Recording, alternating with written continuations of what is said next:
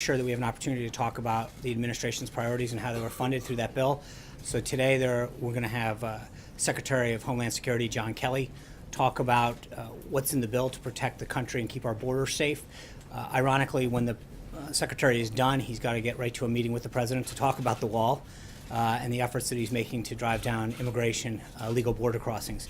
After he's done, Director of Management and Budget Mick Mulvaney will come up, talk about the overall status of the President's priorities in the funding bill, and then take your questions. So without further ado, Secretary of Homeland Security John Kelly.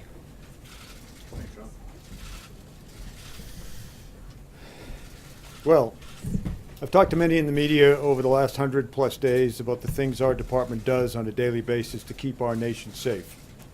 In the past 100 days, we've been incredibly successful in enforcing the law and defending the nation. I believe this budget will help us begin to improve the way we do business and how we accomplish our goals to make this country more secure. The department's base discretionary budget authority is $42.4 billion. While we can never, in my opinion, invest too much in the security of our citizens and in our communities, we will be able to both sustain our critical security operations and make improvements that will make us all safer. That includes hiring ICE agents, improving cybersecurity, funding grants that support state and local communities, and funding the Coast Guard operations at $344 million above the FY17 budget request. And as promised, the budget will secure our borders and enforce our immigration laws. Border security has three factors. You need people, you need technology, and you need infrastructure. This budget begins to provide all three. It will help us replace see-through steel wall along the southwest border. It will help us put more enforcement aircraft in the skies. It will help us to deploy more technology to stop illegal activity crossing our borders. It keeps us moving in the right direction to a more secure United States. We've accomplished so much with the resources we already have. If I may remind you, apprehensions of illegal immigrants and criminals at the border are down significantly. But we need more to keep moving forward. This is our government's largest investment in border security in 10 years. We are getting the tools we need, or beginning to get the tools we need, to make a change. But frankly, I am shocked at the behavior of some individuals in public service or public office that instead of celebrating how they've managed to reduce the amount of money for our border wall, a wall that will make us more secure, that will prevent drug smuggling, they're rejoicing in the fact that that wall will be slower to be built, and consequently our southwest border under less control than it could be. These appropriations provide a solid investment in the people, equipment, and technology that helps our department protect the homeland. We face a variety of hazards with man-made and natural factors, and this budget begins to help us confront them all. I would like to thank, as I always do, all of the men and women of DHS who take on this often thankless, often dangerous, and very, very difficult job, and they do it every day superbly. I am proud to lead them. Most Americans appreciate what they do and thank them every day. Most public officials also appreciate and defend them. But there are many who owe them an apology, many in public service who owe them an apology, and frankly, many in the media, for how they disrespect them for what they do, and how they serve us every day. And with that, I would like to introduce the Director of OMB, Mick. All right, let's get the important things out of the way first. Thank you for being here. Sean said I can't do this, but today is my anniversary. So my wife is actually watching this for a change. Hey, Pam, I love you very much. It's my 19th anniversary. Good, we got that out of the way. And believe me, I wish I were home and not here, but as much as I enjoy you people. Well, when you can't be home for your anniversary, you do it. Just a hopeless romantic. Those of you who know me know that it's a miracle that I've been married to anybody for 19 years. So we're here today to talk about the bipartisan spending bill, okay? And I want to focus on that description first before we go into the details. A lot of folks have asked us over the course of the last 24, 48 hours, with Republicans in charge of the House and the Senate and the White House, why do we need a bipartisan spending bill? And one of the things I think is not being discussed as openly as it should is that this is one of those bills that requires 60 votes in the Senate. So it's not like the health care bill. We have to have at least 8 Democrats support this in the Senate, which is why we've been working with Democrats from the very beginning. Yes, we could have passed a Republican bill only out of the House, but it never would have passed out of the Senate, and then we would have been accused of not being able to function and run the government. So there's a very good reason that we've been working with Democrats on a bipartisan bill, and that is because we must. And until those rules change, that's the environment that we're going to continue to operate in. The Dems have been trying to claim victory on this, which I think is a very strange way to look at a bipartisan discussion. If you're in a bipartisan meeting, I think it's very unusual for one group to walk out and start spiking the football and say, hey, we won, we killed the other guys, and it certainly doesn't bode very well for future discussions. But since the Democrats have raised the issue and tried to cast this as Democrat victory, I think it's important today and only fair to show you what's really in the bill and how the president actually cut a tremendous deal for the American people. At the end of the day, that's who we think won in this discussion, in this negotiation, not the Democrats, not the Republicans, but the American people. First, the list of things that Republicans got in the negotiation. You've heard a bunch of different numbers about the top line defense number. I've heard as low as 10 or 12.5 billion dollars. The number is 21 billion. Okay? That is what the additional defense spending is, $21 billion. That's made up of 2 numbers. $15 billion in a standalone OCO, Overseas Contingency Operation account, and another $6 billion that is hardwired into the underlying DoD approps bill. Remember, this is an omnibus bill, which means it's made up of different appropriations bills. One of those bills that becomes part of the omnibus is the Defense Appropriations Bill, and in that bill is $6 billion worth of OCO spending. So you take the 6 that's in the underlying bill, the 15 that was added as the supplemental, and that's how you arrive at the $21 billion. The $12.5 billion number is wrong.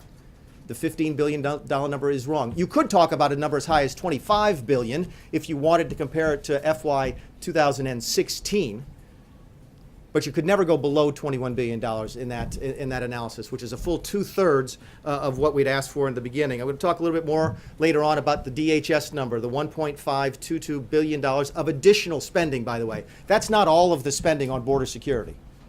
The total DHS number by the time we're finished will be north of $42 billion. Okay? The largest funding levels for border security in the last 10 years is what we'll have at the end of this process. That's where this negotiation has taken us, to the largest spending on border security in 10 years. We'll go over the details of that in a second. Miners' health, one of my favorites. So the Democrats walked out of the room and said they protected the miners' health. Okay? So did the president. The president is asking me since the day I got here for a way to fix the miners' health issue problems that they have in Appalachia. And we were simply waiting for the opportunity to give it as part of a bipartisan discussion so that we could get something in return. We mark this as one of our victories in this particular bill. Every single Second Amendment protection that we wanted and the Democrats wanted to get rid of is still in the bill. Every single pro-life protection that we wanted to keep in the bill and the Democrats wanted out is gone. Okay? And most importantly, and those of you in this room and the folks who take the time to watch this during the day, understand this and follow this business fairly closely. We broke parity. Okay? And for those of you who've been covering this area for a long time know what that means. It means in the past several years, ever since the spending caps came on, ever since the sequester went in, there was this unwritten deal on Capitol Hill, which is for every dollar of defense spending that the Republicans wanted, they had to give $1 worth of non-defense spending to the Democrats. That was the deal that President Obama was able to cut during his last years in office. We got $21 billion of new defense spending for less than $5 billion of non-defense spending. Okay? We didn't go dollar for dollar. We got $1 of spending and only gave 20 cents worth of non-defense discretionary. That's a tremendous development for this president and a huge win from a negotiating standpoint. Okay? Think about that for a second. We've gone from $1 to a dollar for just 20 cents. And plus, part of that $4.5 billion is stuff that we like. So the miners' health is included in that number. So even some of the stuff that we gave away, supposedly, to get the defense spending was stuff that we liked in the first place. What didn't the Democrats get? There's no Obamacare bailout money in this package. I've read that in the newspapers a couple different times. I've seen it on the news. Go find it for me. It is not there. What the Democrats are telling you about that is false. There's absolutely no language in this bill that requires us to make any Obamacare bailout payments, any CSR payments of any way, shape, or form as a result of this deal. Okay? Why are the Democrats saying that? Because it's what they told their base they would deliver, and they failed to do that for their base. That is not in the bill. There's no new money for Puerto Rico. You hear the Democrats crying out that they got $295 million for Puerto Rico. Not a penny of it is new money. Okay? All of that money was already spent. It was actually part of Obamacare under a previous agreement. That money was sitting there unspent, and all we agreed to do was agree to let them move it from one place to another. Did not cost the taxpayer a penny. They wanted new money. They wanted a bailout. We wouldn't give it to them. We gave them money that was already appropriated and already spent. No renewable energy subsidies. They wanted, at the last minute, they threw in a demand for renewable energy subsidies for wind and solar and other types of things. We kept those out. What they really didn't get is this, and this is what they wanted. They wanted a shutdown. We know that. They were desperate to make this administration look like we couldn't function, like we couldn't govern. And we know that a large part of their base, especially their left-wing base, wanted a shutdown and certainly didn't want them to cut a deal with us. That's why I think you're seeing them crowing about their success, is in order to cover up the fact that they actually cut a deal with President Trump, and President Trump did a tremendous job. What are we talking about? More money for spending, more money for defense, more money for border security, more money for school choice, another thing that we got, okay? Those of you who were here in March and saw me introduce our first version of our budget blueprint, saw me talk about the president's priorities. What were they? Defense, border security, school choice. The president delivered on his promises and got his priorities funded, and that's what the Democrats don't want you to know. They want you to think they won. What they don't want you to know is the American people won here because the president simply out-negotiated them. I want to come back to one thing, then I'll take some questions. If I can bring the pictures up now, that would be great. You've heard me talk a lot over the course of the last couple of weeks. I've been on television a couple times saying, oh, there's no bricks and mortar, there's no bricks and mortar, and there's no bricks and mortar for a wall in this. We can build this, okay? And we're going to build this. There are several hundreds of millions of dollars for us to replace cyclone fencing with 20-foot high steel wall. There's several hundreds of millions of dollars in the bill for us. Can we bring up the other photo, please? If we have the other photo. There's several hundreds of millions of dollars for us to build levee walls along the southern border. And as many of you know who follow this issue, some of the most vulnerable areas that we have are places along rivers where we desperately need levees in order to provide the protection of the southern border that we need, okay? We are building this now. There is money in this deal to build several hundreds of millions of dollars of this, to replace this. That's what we got in this deal, and that's what the Democrats don't want you to know. This stuff is going up now. Why? Because the president wants to make the country more safe. This doesn't stop drugs and doesn't stop criminals from crossing the border. In fact, it doesn't stop hardly anything from crossing the border. This does. And that's what we got in this deal, and that's why we're so excited about the opportunities that we have to follow through on the president's promises to secure the southern border. So unless we have the other picture, I'll take a couple questions. How do you say that fence will keep drugs from coming over the border? They tunnel underneath the border 75 This is the 80 border, feet. the general left. This is the wall, by the way, that DHS said they want. I've sat in the Oval Office of the president. We've talked about bricks and mortar. We've talked about concrete walls. This is what DHS wants. Why? Because it actually works better. You can tunnel under anything. I will answer your question, okay? You can see through this one, okay? It's actually safer. Where we have this in place now, and we do, it's actually safer for our Border Patrol agents. You can talk to the DHS about the details, but there's been a dramatic reduction in attacks on our Border Patrol agents where they can see through the wall because nobody's throwing anything over the top at them. This is what DHS wanted.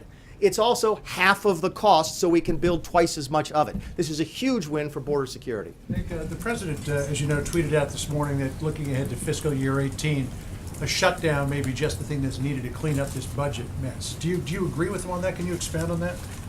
You know, I've been through a couple shutdowns. Let me answer that question this way. That's a good discussion to have in September. I think the president is frustrated with the fact that he negotiated in good faith with the Democrats and they went out to try and spike the football and make him look bad. And I get that frustration because I think it's a terrible posture for the Democrats to take.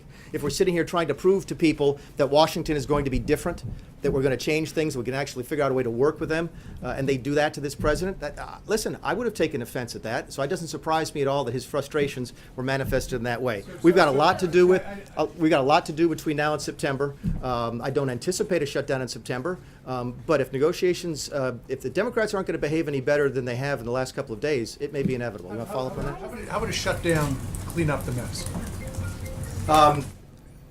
Look, there's a lot. Sooner or later, we'll have to start doing something different. All right.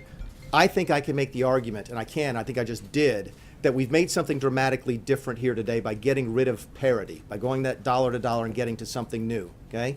That may help us change town a little bit. But if we get to September and it's still business as usual, business as usual, business as usual, nothing changes, and it takes a shutdown to change it, I have no problem with that. The gentleman in the back in the white in the red tie. Thank you, Mr. Director, and happy anniversary. Thank you very much. I'm sure my wife wife really enjoys spending it this way. So. Okay. A few weeks ago, Governor Groxus of Mexico, who is chairman of their Governors Association, said that the effort to get appropriations in the budget meant that the administration was giving up on having Mexico pay for the wall, as the president promised. And other Mexican politicians have repeated what Governor Groxus has said. What is your response to that? And I've taken that question before, so I'll give you the same answer, which is, look, we had an opportunity to move quicker than we expected. Okay? Because President Obama was not able to sign a full-term CR in October of last year, we actually got a bite at the 2017 apple. Think about that for a second. If President Obama had been able to pass a 12-month CR in October of 2016, we wouldn't even be here, because all of this would have been dealt with, and none of this would have been available, by the way. None of the additional spending for defense, the additional money for school choice, for the border, none of that would have been there because the President Obama never would have signed that. We got an unexpected second bite at the 2017 apple, and we were happy to get it in order to start things moving quicker. I've said before, my job is to spend the money. We're already working on ways to try and get Mexico to pay for it, but that's not my concern right now. I'm trying to get this thing built. Yes, sir. It looks like you have a wall there already. This is the stuff that is actually built already. So this is an example. That was the picture I was looking for. If anybody's watching this, is the picture of the levee wall.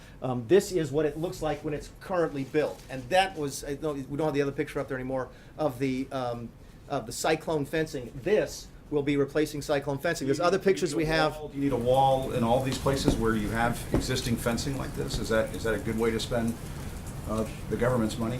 I think securing the border is a good way to do it. There's certain places where technology will also help. We've got money for that in this. There's places where we can start land acquisition now, for example, for next year. We can do that in this bill. We can start ramping up to hire new border agents. We got additional beds, by the way, at detention centers so that we can effectively end catch and release. One of the difficulties we had on catch and release was that the beds were full of the detention centers. So we've added those beds. So when you look at it holistically, it's a tremendous improvement in border security. There'll be a wall across the entire U.S.-Mexico border. Now, as part of this bill, no. You've got a couple $100 million to do it. This is a several-year process. You could not build all of that in 1 year. Yes, sir.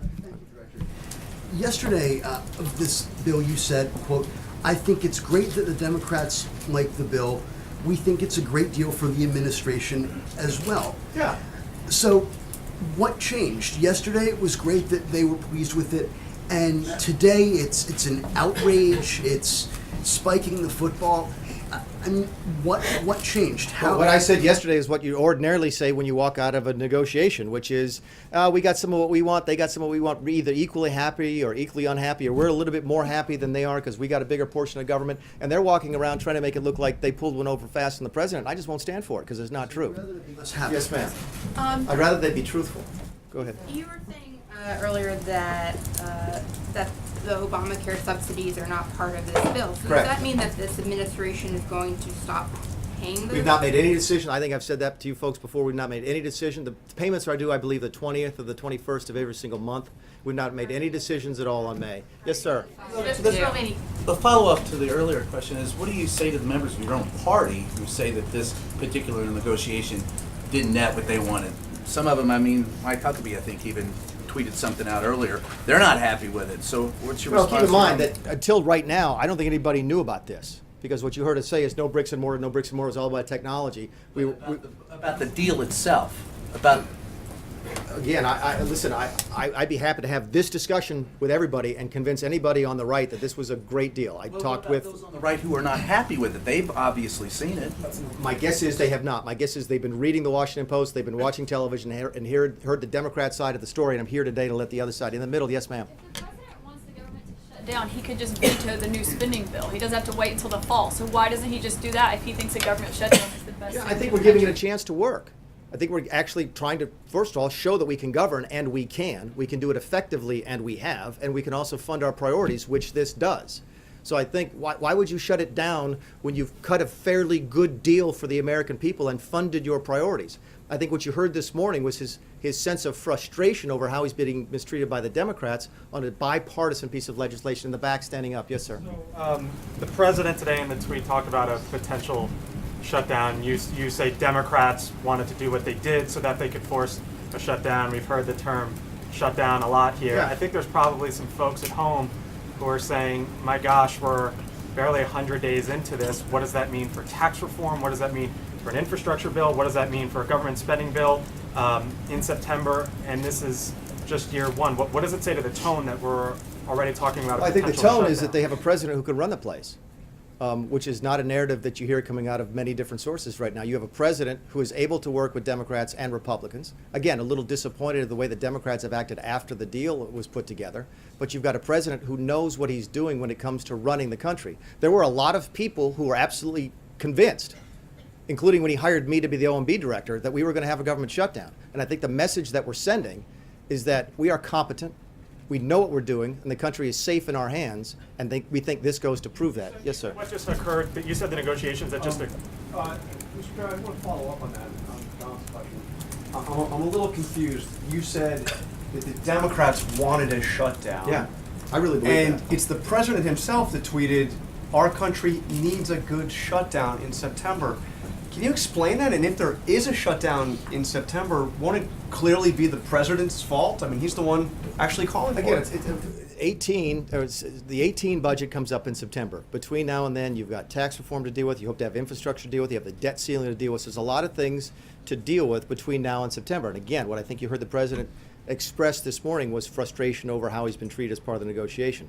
And it may be, if things don't get better, that we get to that point. But I think there's a lot of things that will happen between now and then to let us know if we're moving in the right direction. To your first point about the Democrats, I think it was a little bit reported that there was a great deal of disagreement within the House Democrats over this deal.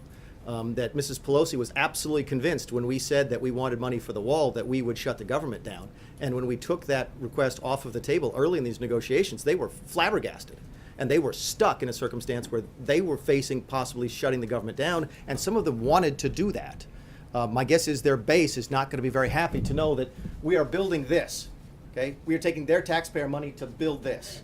Right, that's the deal that we cut, and my guess is that's not going to sell very well with some folks on the left, but they're going to have to deal with that. Yes, ma'am. Sir, you spoke about this being a bipartisan bill because it needs to be. But the president seems to also be floating this idea of doing away with the legislative filibuster.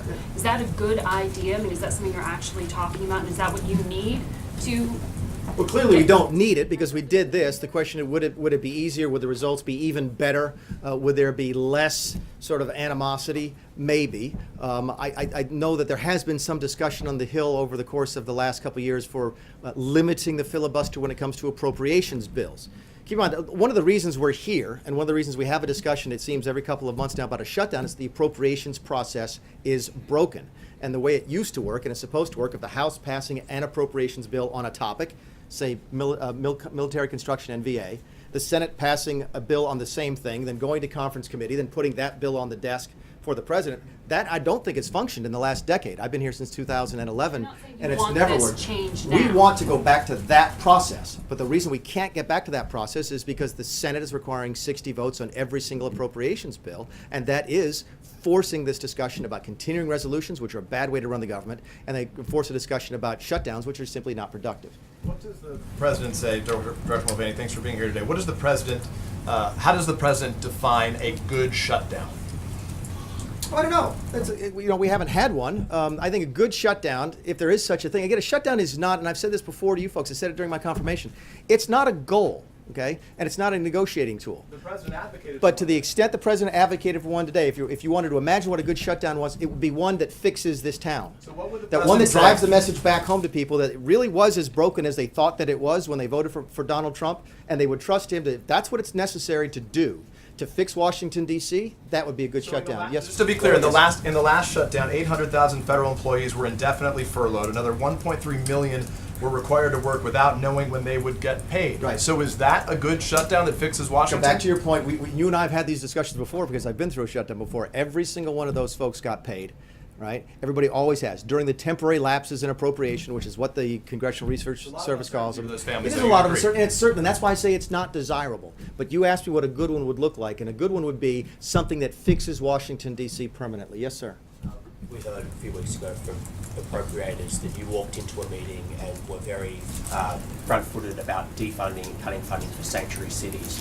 What happened between that meeting and now? That meeting took place in early March. I've also heard that we came late to the game. I got put in this office, I think, February 17th. And the first week in March, we were meeting with appropriators on the Hill to lay out the president's priorities, which, again, they were at that time. The four that we laid out for them was we wanted defense increases, we wanted border security, including the wall, we wanted targeted reductions in spending, and we wanted sanctuary cities. We had to give up on those last two as part of a negotiation, because that's what you do in a negotiation. We got, as part of that negotiation, something we didn't ask for in the first place. It wasn't on our first list, but something that is still important to the president, which is the school choice. So that is the nature of a back and forth in a negotiation. And again, for the reasons I laid out here today, I think we got a tremendous deal. In the middle, yes, sir. Thank you, Mr. Director. You said in your statement before you started taking questions that the president delivered on his promises and got his priorities funded. Yeah. Well, that's not true. You didn't get the border wall, no funding for the border wall. That's a replacement, no funding for a new wall along the U.S. southern border. Planned Parenthood. Let me ask you a question. Let me finish. I'll let you finish, but let me ask you a question. You're asking a series of questions. I'll stop you right there. When you heard about the deal yesterday, when you heard, I'd be happy to let you go if you let me answer your question. I won't jump to another person. I promise. You've seen me do this a couple times before. You said, My well, question, then you no, can take it as a whole, right? Fine, go Okay, ahead. thank you very much. So Are they always like this, Sean? as far as the priorities that you say are funded, the border wall, no new border wall along the U.S. southern border. Planned Parenthood was not defunded. You've already said that another priority of the president was not carried through, and that's the sanctuary cities problem. So explain to me how you say what you said before and square what you said before with the actual reality as far as the budget is concerned. Sure, and I'll Thank say you. thank you. Thank you for finishing your question. Let me ask you a question. Okay, when you heard in the last 48 hours about the deal, did you think we could build this? I bet you didn't. Nobody did. Okay, is it a replacement for existing wall? Yeah, that's fine. Is it new wall? No. This is what's out there right now.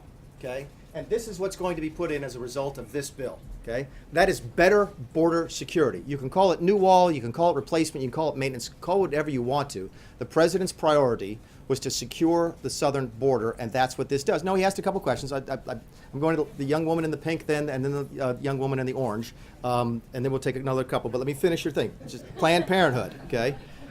Planned Parenthood. We had a good discussion about it. It's a fair question. We had a really good discussion about that. Okay, and what we decided after talking to some of our most pro-life supporters on the Hill and the pro-life supporters outside was that this president's already made his case fairly strongly for his pro-life position. You saw us sign the CRA. You saw Mike Pence, Vice President Pence, have to break the tie on that vote. Okay, on Planned Parenthood, on the states with the Medicaid funding. You've seen the executive orders. You've seen the stuff. Oh, this bill includes all of the traditional protections for the pro-life movement, including the Hyde Amendment. And what we simply decided was, look, if you want to take a vote on the Hill to stake out your position on Planned Parenthood, do it on the health care bill. And the outside groups agreed with us on that. The pro-life movement agreed with that. If you want to prove to the folks back home that you are pro-life, then vote for the Planned Parenthood bill. The last thing you asked about sanctuary cities, I already talked about that, and that it was something we gave up in the negotiation. But at the end of the day, here's how I look you in the face and the folks on the camera and the folks back home and say the president got his priorities funded. More money for the military, more money for the southern border security, and more money for school choice. Those are the same exact priorities that I talked about in March when we laid out the budget. So that's how I could look you in the eye and tell you that I'm absolutely satisfied we funded our priorities. Now, like that border wall right there, the new border wall that you built, Will it look like that one right Well, there? this is what's permitted in the bill, so that would So take I'm the- saying, will the new one that's built along the U.S. southern border look like that border wall right there? Well, I mean, we've got a border that's, in certain places, yes. I mean, the other photo we can't get up is the levees, so I'm not really sure what your question is. We will build the You have most to replace appropriate. that wall with the new wall with new funding. In other words, it's just a short-term fix, and then we're going to. That is a the U.S. government. 20-foot-high steel wall. That is not a temporary short-term fix. So I'll he's finish you. asking No, if I'll go you're to, I've been building- promising the young lady in the pink in the back a question for a second. I'll follow up Okay. on that. Where is that being built, and how many miles are you gonna get out of it? Oh, I don't know where it's being built. And again, we haven't done the per mile. I think the total spending is $347 million on that, but we haven't done the math yet on what that does. Cover, what are we talking about? Well, again, it depends on, it's more expensive to build a wall in certain places. So this is going to be replacement, so we have to go out and figure out where we are. And it's cheaper than building new wall because we already have land acquisition here. We have the rights to build it, et cetera. There's probably roads out there to service it. When you're building new wall, to the gentleman's point, you're starting from scratch, so you have to build the infrastructure necessary just to get the construction teams out there to build. So we haven't done the math yet on how many miles we can build and where it will be. What we do know is that we have several hundreds of millions of dollars to do this. Do you have a follow-up on that or not? Well, yes, I mean, when can we see construction? When do you think you're gonna go out there and put up a wall? This construction that you see here, well, I don't know if it's this exact construction because I don't know where this photograph is. This wall is being installed on the southern border today. Yes, ma'am. Yes, Director Mulvaney. Two topics, several questions. Now, when it comes to the wall and this budget for the wall, it's very expensive. That's one piece of the immigration issue. What about the larger piece of the immigration issue? Where's the funding when it comes to fixing the issue where you have people who are overstaying their visas? That's more of the immigration issue that in the past and even now that's happening versus just dealing with the southern border. You have immigrants from all countries coming here versus just the southern border. How are you going to, what monies are going into that piece? It's a fair question. Let me answer this two ways. It's probably not going to be very satisfactory, but this is how I'd answer your question. First of all, this is a